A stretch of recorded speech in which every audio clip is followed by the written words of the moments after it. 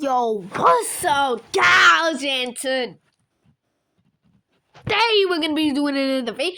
Oh, and right now we're gonna be doing 27 true unsettling horror stories animated, and let's just watch.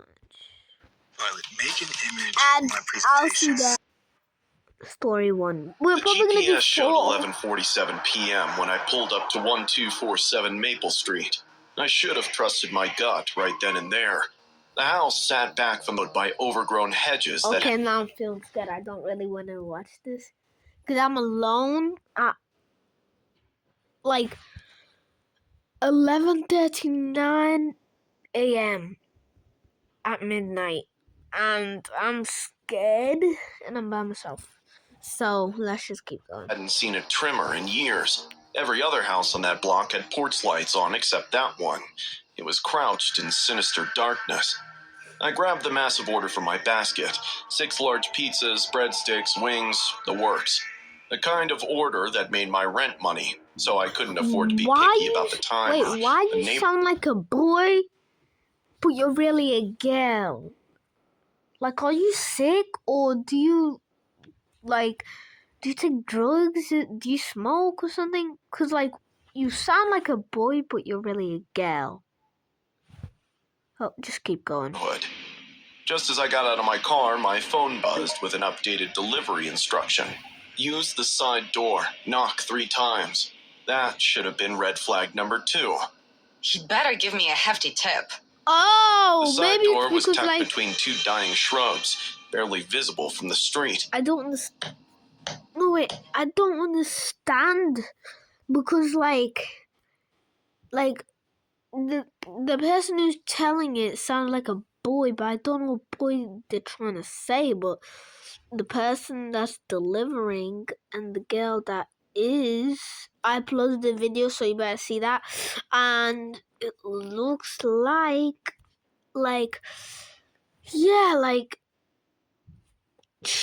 the girl there sounds like her, but another person, I don't know who it is. It's an unknown. I knocked 3 times like I was asked, shifting the pizza bags in my arm. The weight was making my shoulders ache, but it was my last delivery of the day. The door swung open immediately, like he'd been standing right behind it. The weight was making my shoulders ache, but it was my last delivery of the day. The door swung open immediately.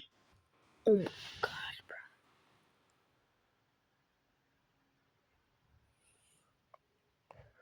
bro. I think that's the boy. If that's not boy because they have breasts, but hairy, mustache, beard, black eyes. Bro, the eyes are just silver, bro. I can't even. And the smile, are you Pennywise? Have you cut your lips into 4 pieces? Your ears are bigger than a monkey's. Bro, your neck is so skinny, how do you even breathe? Do you breathe off your armpit hairs? And why are you sweating down there? I can literally see on your stomach. Have you spitted on your t-shirt? This is 58 red flags, guys. Immediately, like he'd been standing right behind it, counting seconds. You're late, he grumbled, wide eyes raking every inch of my body. The guy was maybe 50, of average height. Yeah, guys. Guys, I'm gonna check my cupboard and make sure he's not there. I'm gonna just check real quick. Hey, you there? I'm scared to go check it, but I'm scared. Yeah, I'm not doing it. Okay, that's kind of scary. I've got the biggest blanket you could ever think of. And get your snacks, guys. Wearing a faded gray t-shirt that had seen better days. His hair was thinning on top, but long in the back, like he couldn't decide which decade he belonged in. Sorry, traffic was crazy. I lied. That'll be $147. Damn! Come inside. He stepped back, No. gesturing into the dark What hallway behind him. I'll say, I need help carrying this. I can't I'll really say, come inside. give me it or I'll The company eat it all. policy. I'm disabled. I can't carry it all myself. If you can't come in, you better take it back. His face changed, just slightly, but I caught it. The eyes narrowed and the lips twitched. I looked at him standing there. Neither a cane nor a wheelchair was in sight. His disability was either invisible or non-existent, but I couldn't definitely take the order back. Okay. Just to the kitchen. I said, maybe there were people with invisible disabilities. Maybe I was being paranoid. But even in my overworked, delirious state, I knew I was lying to myself. The hallway smelled all wrong, not with the stench of rotten food You've and cleaning killed products. deers and put them on your wall. That's such a mean person. You've killed 2 deers, probably 10, and put them on your wall. That's why it smells bad, bro. That's just mean. Even mustiness. It was some repugnant chemical, so strong it made my nose burn and my head spin. I followed him deeper into the house, past a living room where all the furniture faced the wrong direction, away from the TV and toward the hallway we just walked through. Kitchen's this way, he said, but he was leading me toward a door at the end of the hall. Down here. Down? I stopped walking. The kitchen's in the basement? That's where my guests are waiting. His voice had gotten softer, almost gentle. They're hungry. Every instinct I had screamed. The house was dead quiet, except for our footsteps. I couldn't hear any sounds of guests, conversation, or TV. You know what? I'll just leave these here on the counter. I said, setting the bags down on a small table in the hallway. Your guests can come up and get them. No, he barked. They can't come up. They're all old men. He moved between me and the front door, casually, like he was just adjusting his position, but now I'd have to go through him to get out. My guests don't like waiting, he continued. Especially not the new ones. They get cranky when they're hungry. My mouth went dry. Sir, I'm afraid I'm in a bit of a hurry. Got more deliveries and... No, you don't. He grinned sickly, making my supper churn in my stomach. I don't want to go. I'm not going to sleep today. I'm not going to sleep today. I'm really not going to sleep today. Yo, people, I'm not really going to sleep today. With the I checked your app. This was your last delivery of the night. He wasn't supposed to know that. I could feel cold sweat glisten on my palms as he took a bold step closer. The basement's real cozy, soundproof, and warm lights. All my guests loved it down there. Nobody ever wants to leave. Probably I dead fumbled guess. for my phone, hitting the call button for the first contact I could reach. It went to Maddie, my best friend's voicemail. Hey! I said it loudly anyway. Yeah, I'm at 1247 Maple Street. Yeah, that one. Can you come help me with this drop-off? The customer has a really big order and needs help getting it downstairs.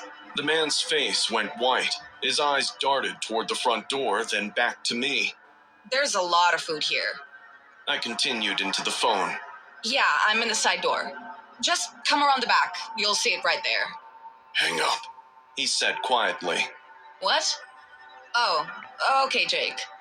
Yeah, just hurry. I want to get home fast. I ended the call and looked at him. My coworker's wet out. It should just be a minute. For a moment, My white spots tablet is danced so in my now vision your- as I my watched heart his went eyes cold, twitch bro. darkly. I used My it. heart just stopped, man. My tablet just fell. Oh my gosh, man. Oh my gosh. Oh my heart just dropped. My heart literally just pure dropped.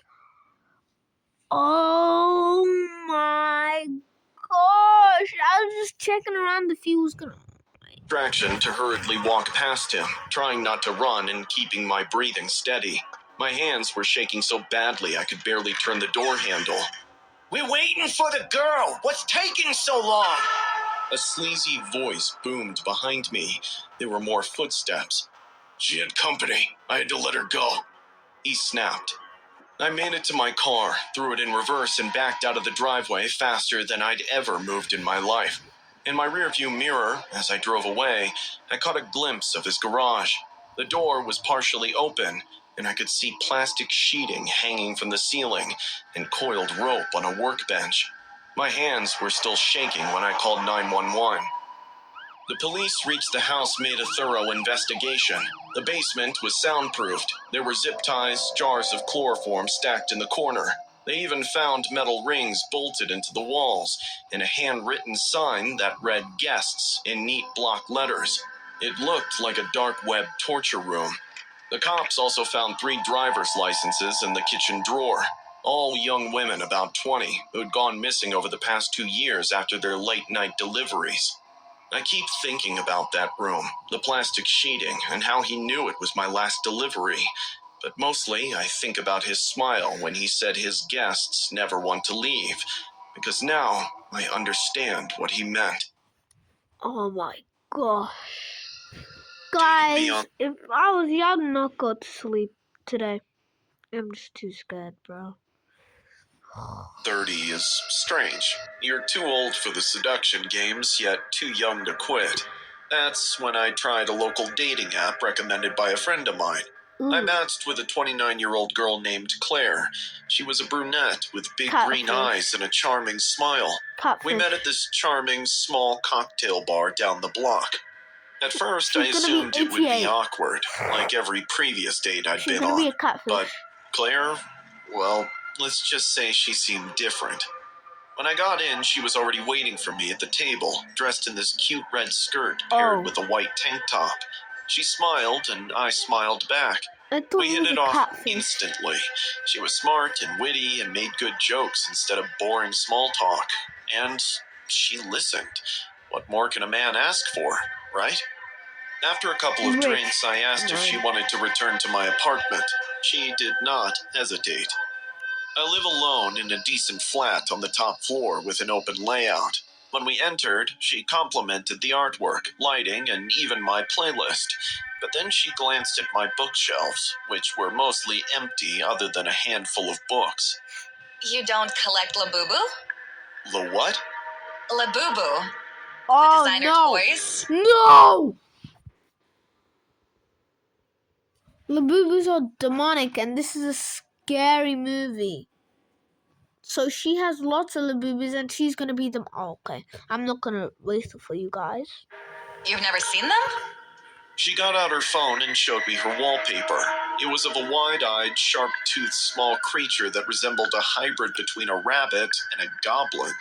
She then started scrolling her album and showed me photo after photo of glass cases loaded with toys. There were of various colors, sizes, and expressions. Some were smiling while others were snarling. I have over 70, and each one is unique. What? I tried not to laugh. Unique? And these things? Honestly, they resemble devil rabbits. Probably the creepiest toys I've ever seen. Suddenly, her smile faded. Her eyebrows furrowed, as if I had deeply offended her. They're gorgeous. Simply don't get it. I shrugged and thought the best way to defuse the situation would be to play cool. Okay, sure. To each their own. She stared at me for a second, and I could sense something had changed in her. She was no more the person she was last hour. How can you not like them? She inquired, as if she was giving me a second chance to rethink. I chuckled. Honestly, if I ever saw one of those in my house, I'd probably burn it. That was the exact moment when everything went awry. Her expression went blank, her pupils dilated, making her eyes scarier. She stood up slowly and walked to my kitchen counter without saying anything. I watched her pick up the sharp knife that I had left out while cutting limes earlier. I laughed nervously. Okay, are you doing something right now? 'Cause she shushed me, putting the knife on her lips. I brought you one. She whispered. What? She dug into her large tote bag and took out a miniature Labubu figure, jet black with scarlet eyes. She placed it on the counter, close to the knife. I wanted him to meet you. I felt my chest tightening. Okay, Claire, enough of your jokes. Put the knife down. She did not move. Her eyes twitched like she was trying too hard to control herself. Then, in a low, shaking voice, she spoke. He heard what you said. You should apologize. I backed up, totally furious now. I'm not apologizing to some crappy toy. Just Miss Psycho is obsessed with it. My phone was on the couch about 10 feet away. I tried to remain cool. Look, it's late. You should probably leave. She suddenly lunged. I was ready to dodge, but she sliced my arm open and then started screaming about how I should apologize to her Labubu. I lurched backward, nearly tripping over the coffee table. I grabbed my phone and locked myself in the bathroom. I stood against the door while she kept kicking and banging on it like some maniac. I dialed 911. My hands were shaking. I informed them that a woman I had brought home was having a breakdown and that I was concerned for my safety. She stopped banging after about a minute, but I did not open the door. I pushed my ear against the wood and listened. I heard whispers. Her voice indicated that she was speaking to someone. She had stopped yelling or screaming, just whispering. It was terrible. Oh my God. 10 minutes later, 2 police officers arrived. As they got in, I opened the bathroom door just enough and pointed them at Claire, who was now sitting on the couch, clutching the Labubu to her chest like it was her forever treasure. The officers warned her, and then one of them cuffed her. She was bleeding from her hands from thumping on the washroom door too hard. There was cotton everywhere on the couch as she angrily stabbed the pillows. When the cops were taking her away, she kept yelling, How could anyone hate Labubu? Her voice echoed in the corridor, louder than it should have been. I came out of the washroom and watched her leave. She did not look at me once. It was 3 weeks ago. The cops later informed me that Claire had no criminal record. She is clean, but she was a member of online forums with obsessive fan clubs that treated these toys like living entities. They believed she needed psychiatric evaluation. Claire said, in her defense, that the Labubu line became her new purpose. They told me I could press charges against her, but I didn't. I knew they would send her to some mental institution anyway, so what's the point in making things harder for her? After all, she is sick, because any obsession that erases your sense of reasoning is a medical problem. I haven't heard from her since. I just hope she gets all the help she needs. And to all the Labubu fans out there, you guys better stay away from me. I'm not proud of how lonely I got. Crazy. I've got so many friends that love Labubus outside.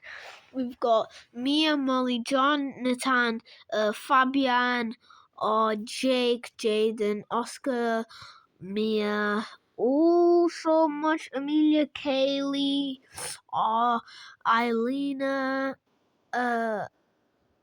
Amanita. So much, man, bro.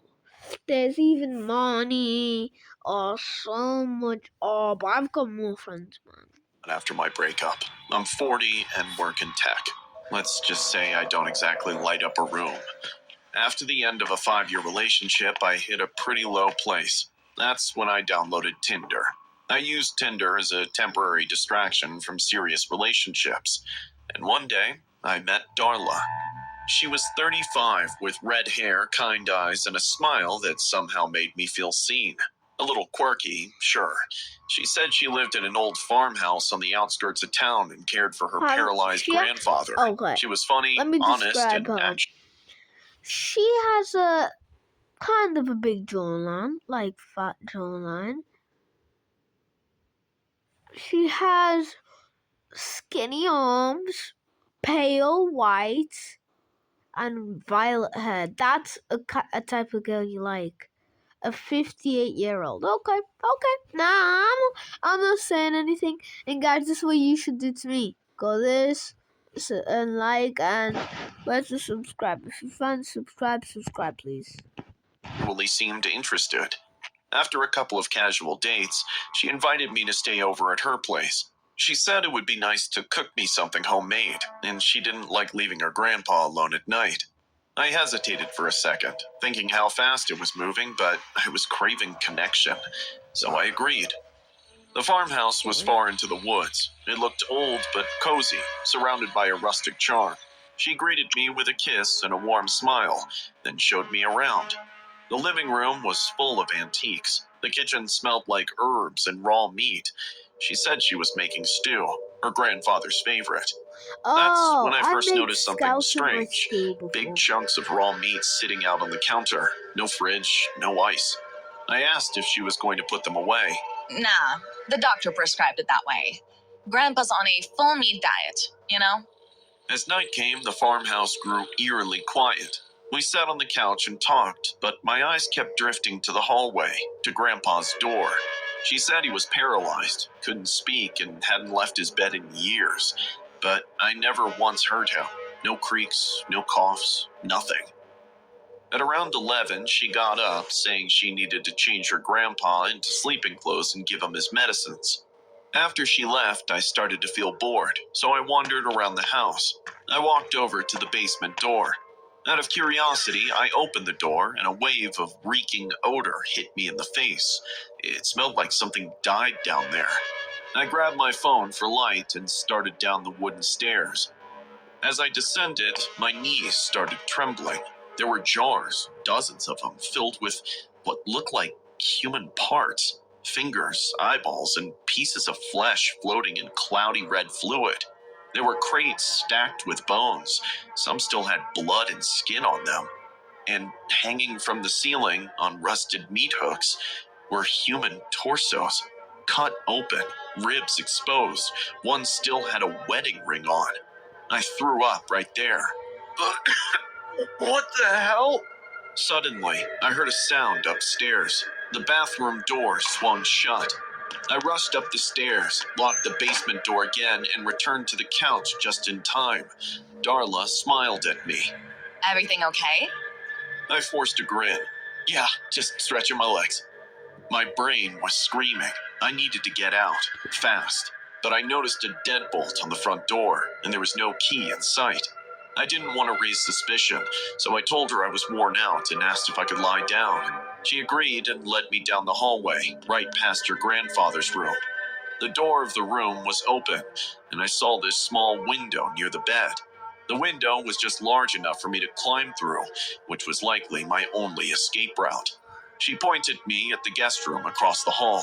I'll be back in a minute with blankets. Just make yourself at home.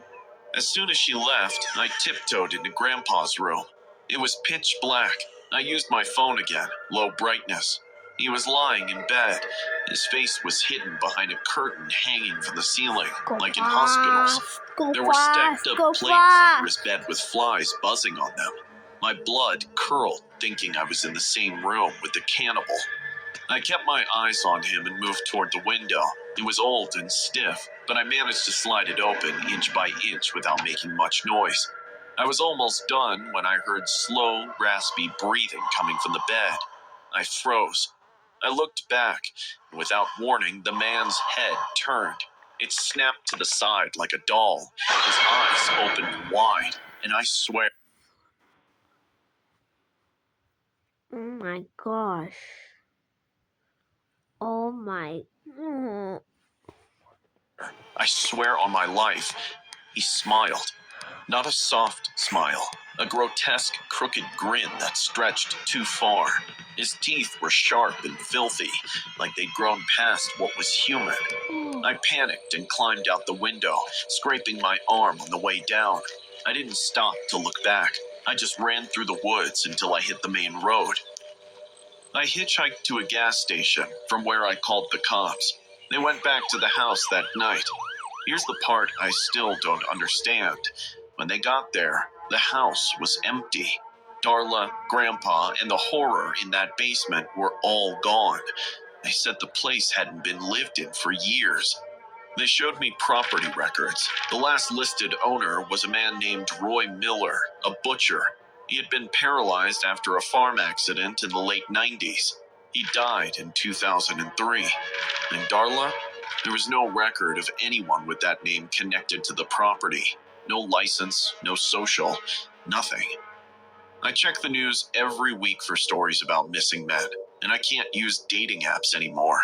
But sometimes, at night, I'll dream about that house. And in the dream, I'm back in that room, staring into those wide, dead eyes of that old cannibal, as the broken grin slowly stretches across his face. Well, guys, that's gonna be it for today. I hope you see the next one, and peace.